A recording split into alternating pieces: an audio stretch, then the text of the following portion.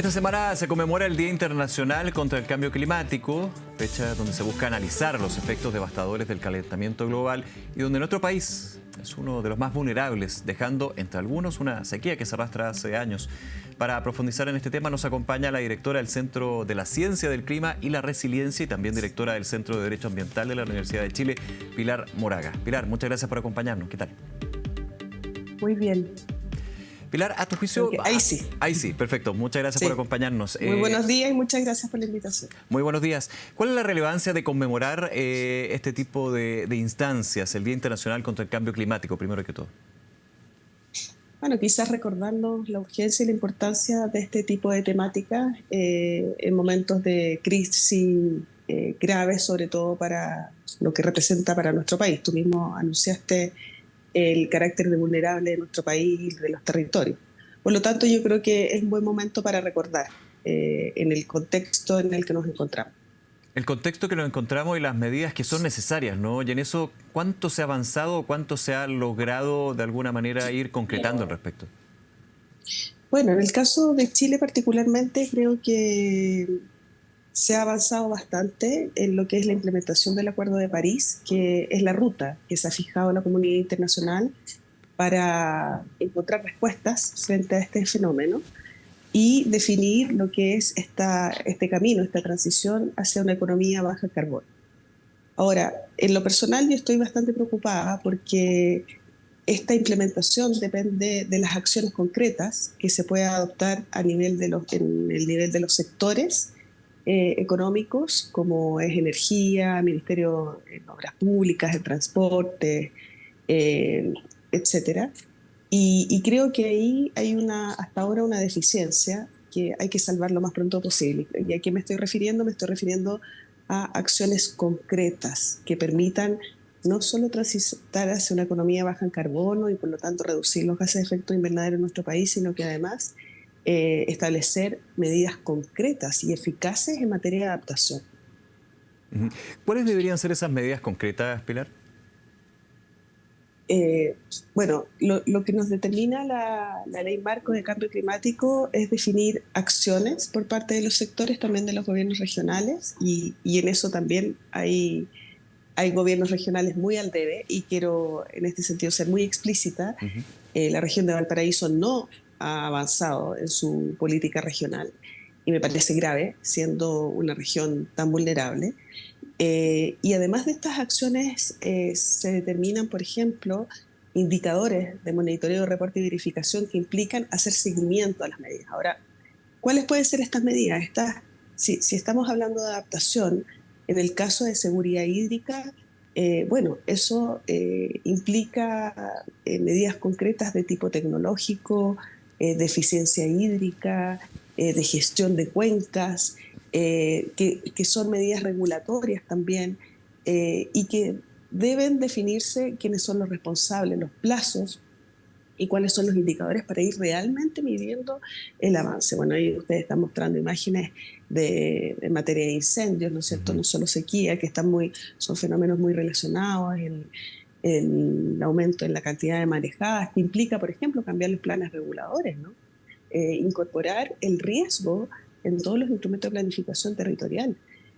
Y esas son cuestiones urgentes y que se puede ir avanzando de manera decidida, pero al menos yo, en lo que son los ministerios sectoriales, realmente no veo voluntad política en lo que han definido en sus anteproyectos de planes de adaptación o de mitigación al cambio climático. Claro, porque esa adaptación necesita una institucionalidad, ¿no? Una institucionalidad fuerte y que tome medidas concretas, también dependiendo de cada uno de los territorios. Una zona es distinta en términos de las necesidades, de la morfología también y por sobre todo las comunidades. Y eso está faltando justamente tener esa mirada local sobre los problemas locales que nos hacen enfrentar el cambio climático. Bueno, ese es uno de los grandes problemas de nuestro país. Somos un país centralizado, organizado centralmente y con mucha fuerza de lo central. La Ley Marco de Cambio Climático intentó hacer un esfuerzo porque los sectores definieran medidas e identificaran los territorios donde éstas se iban a ejecutar.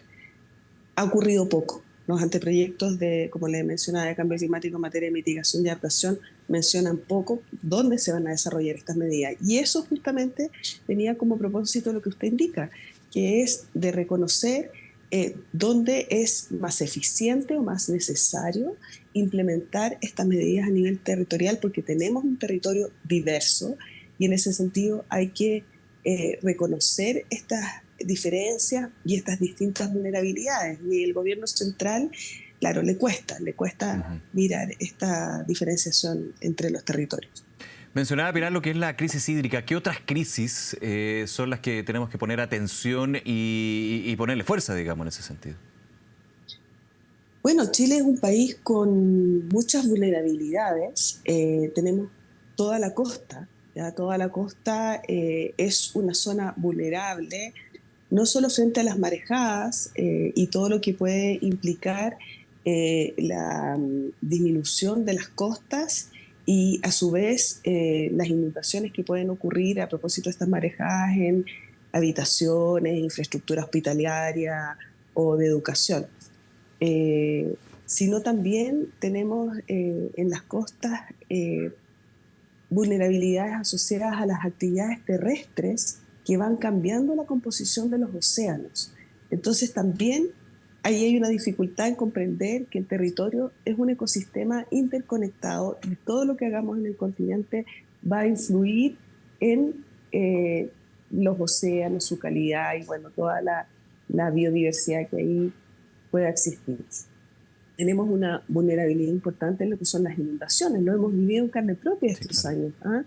Inundaciones, precipitaciones, porque así como está la sequía, por un lado, que es un evento climático extremo, tenemos también el opuesto, que son lluvias extremas en grandes cantidades en poco tiempo, y eso genera todas las consecuencias que nosotros vivimos este último tiempo. Y en ese sentido, este tipo de eventos climáticos extremos lleva asociado otro tipo de factores, por ejemplo, el acceso a la energía. Vimos que en agosto de este año como gran parte de la población de la región metropolitana quedó sin electricidad. Bueno, eso es parte de la vulnerabilidad en lo que es la infraestructura energética, en que todavía tenemos los cables superficiales, ¿no? Y eso genera, y eso es una situación de vulnerabilidad. O sea, frente al contexto que estamos viviendo, sería necesario, bueno, soterrar los cables. O sea, esa es una medida súper concreta. Por supuesto, tiene costos, pero ¿qué costos? Esos costos son mayores a los costos que implica que la población de Santiago, por ejemplo, estuvo todos esos días sin electricidad, los comercios, cuánta actividad también productiva se detuvo. Entonces yo creo que el tema de costo para mí yo lo tomo con mucha cautela porque, bueno, hay que ponderar y equilibrar entre el costo de no hacer nada, ¿no? Y el costo de tomar medidas preventivas que van a generar muchos beneficios en el mediano y largo plazo. Ahora, sobre otro punto, Pilar, lo que tiene que ver con los objetivos de carbono neutralidad. Son objetivos que se han tomado a nivel internacional y también nuestro país. Desde el punto de vista de Chile, la carbono neutralidad, que se ve ambiciosa, pero necesaria y urgente, ¿cómo se ve ese camino? ¿Se ha avanzado? ¿Se va en buen plan? Yo creo que Chile tiene absolutamente todas las condiciones para alcanzar la carbono neutralidad en 2050. De hecho, la política energética indicaba que Chile se podría suministrar su energía a partir de fuentes renovables en el año 2050 en el 100%. Por lo tanto, el potencial es enorme. Ahora, ¿qué estamos haciendo en este minuto? Estoy un poco desorientada al respecto porque hay una política muy fuerte en materia de hidrógeno verde que yo creo que bueno, está sobrevalorada absolutamente. Y creo que en desmedro de esa fuerte política no hemos hecho lo suficiente en energías renovables no convencionales. Yo creo que se podría hacer mucho más. Han habido problemas regulatorios, de subvenciones que se cortaron, etcétera, que han afectado ese tipo de inversiones y ese es un camino absolutamente claro para Chile.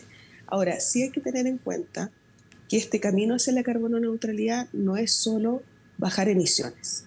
Esto implica una transición que debe ser una transición con un cierto equilibrio, hablamos de la transición justa, porque este tipo de medidas también pueden ir generando otro tipo de problemas en materia ambiental y social.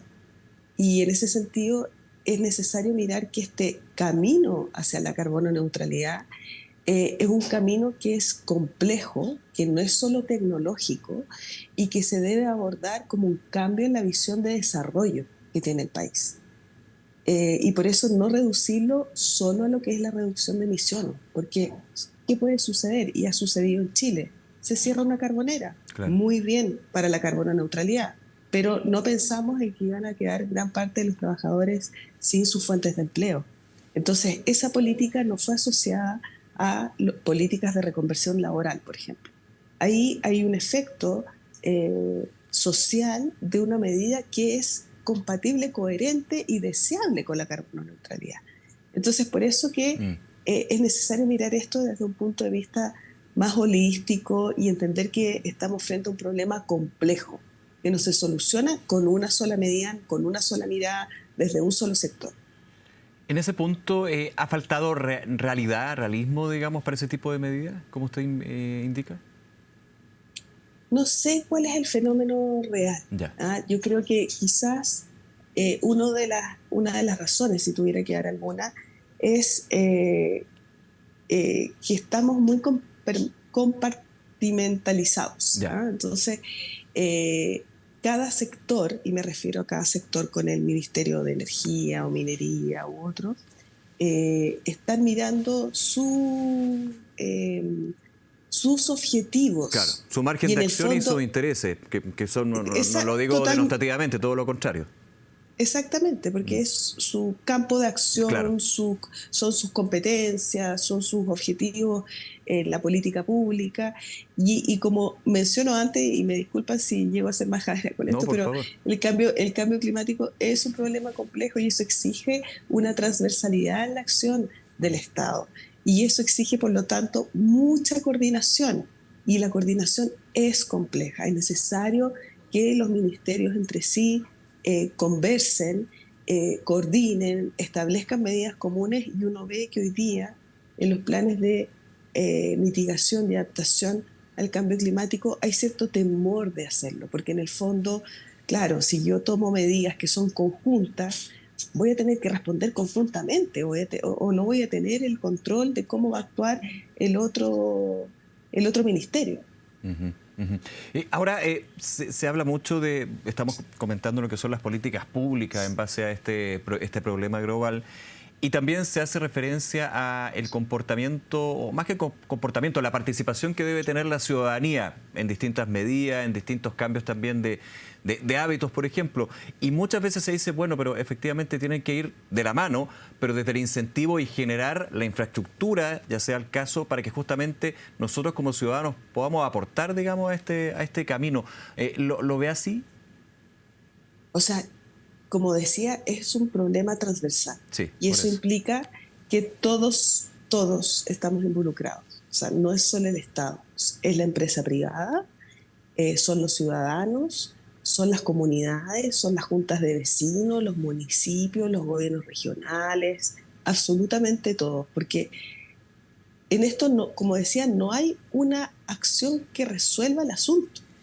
Son todas las acciones en conjunto que van a ir generando este cambio. Y por supuesto que los ciudadanos podemos hacer algo, pero en esto yo también eh, me impacta un poco que de pronto cuando ocurren cuestiones graves, claro, como que se responsabiliza al ciudadano, ¿no?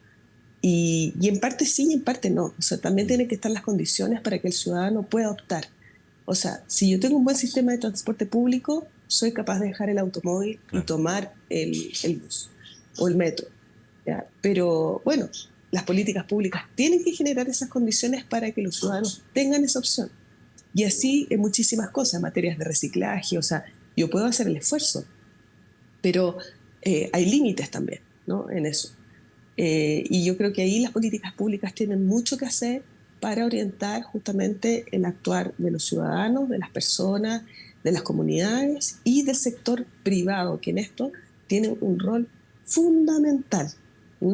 Y creo que en ese sentido el sector privado, y con la libertad que tienen para definir sus propias políticas internas, pueden ir mucho más lejos de lo que se establece a nivel de política pública y ser mucho más ambiciosos y llevar un liderazgo desde Chile, que tiene tantas condiciones para dar soluciones al mundo global, como son el potencial energético, pero también muchas otras capacidades que incluso en Latinoamérica son muy apreciadas. Ujú.